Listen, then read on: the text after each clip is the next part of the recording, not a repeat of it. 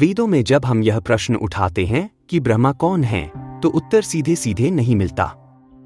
ऋग्वेद, सामवेद, यजुर्वेद और अथर्ववेद में हमें कहीं भी ब्रह्मा नामक कोई सृष्टिकर्ता देवता नहीं मिलते।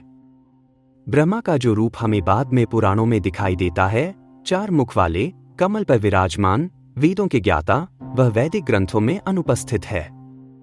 पर इसका अर्थ यह नहीं कि सृष्टिकर्ता की धारणा वेदों में नहीं थी। वहां यह सत्ता एक अन्य नाम से सामने आती है, प्रजापति के रूप में। ऋग्वेद के प्रारंभिक मंडलों में प्रजापति का प्रत्यक्ष उल्लेख नहीं है। उस समय इंद्र, अग्नि, सोम, वरुण, मित्र जैसे देवता ही प्रधान थे। लेकिन ऋग्वेद के 10वें मंडल में, जो सबसे बाद का है, प्रजापति एक रहस्यमय सत्ता के रूप में प्रकट होते हैं। प्रसिद्ध हिरण्यगर्भ सूक्त में कहा गया है, हिरण्यगर्भः संवर्तताग्रे स न प्रजापत्यः प्रजायताम। यहां स्पष्ट किया गया है कि प्रारंभ में जो हिरण्यगर्भ था, वही प्रजापति बना, वही प्राणियों का अधिपति है। यह वही क्षण है जब वैदिक ऋषि सृष्टि के मूल कारण की खोज करते हुए प्रजापति की संकल्पना तक पहुंचे। यजुर्वेद और ब्राह्मण ग्रंथों में प्रजापति का स्वरूप और गहराता है।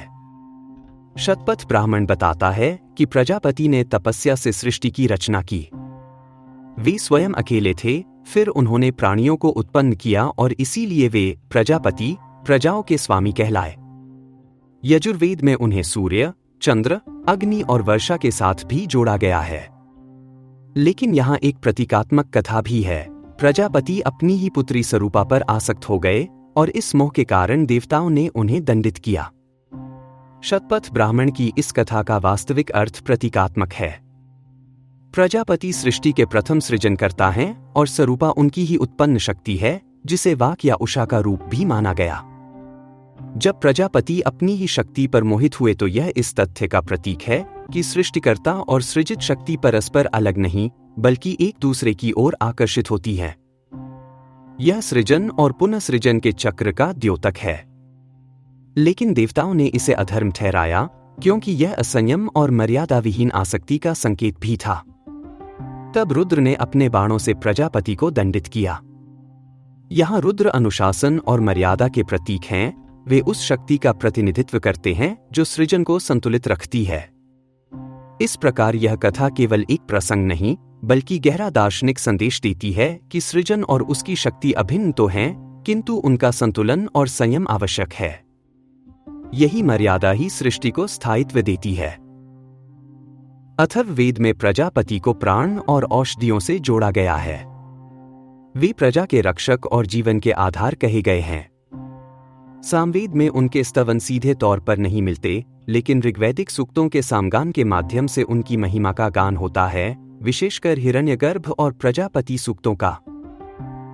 उपनिषदों में प्रजापति का स्वरूप और अधिक तात्विक हो जाता है।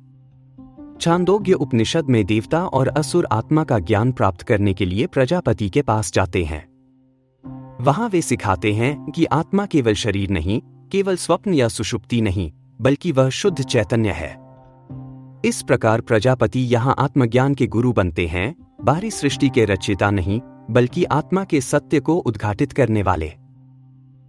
लेकिन जब हम पुराणों तक आते हैं, तो प्रजापति का यह निराकार और दार्शनिक रूप एक मूर्त देवता में बदल जाता है। त्रिदेव की अवधारणा में ब्रह्मा को सृष्टि का अधिपति माना गया, विष्णु को पालनकर्ता और रुद्र शिव को संहारक। यहां स्पष्ट है कि ब्रह्मा का यह रूप वास्तव में वैदिक प्रजापति की ही मूर्त छवि है। इसलिए यह कहना सही होगा कि प्रजापति वह वैदिक देवता हैं जिनकी संकल्पना से आगे चलकर ब्रह्मा का पौराणिक स्वरूप विकसित हुआ। इस प्रकार वेदों में जो प्रजापति हैं, सृष्टिकर्ता, प्राणदाता और आत्मज्ञान के शिक्षक, वही बाद में पुराणों में ब्रह्मा बने। वैदिक और पौराणिक परंपरा का यह सेतु हमें दिखाता है कि देवताओं की छवि समय के साथ कैसे बदली, लेकिन उनका मूल तत्व, सृष्टि और ज्ञान की सत्ता, सदैव एक ही रहा।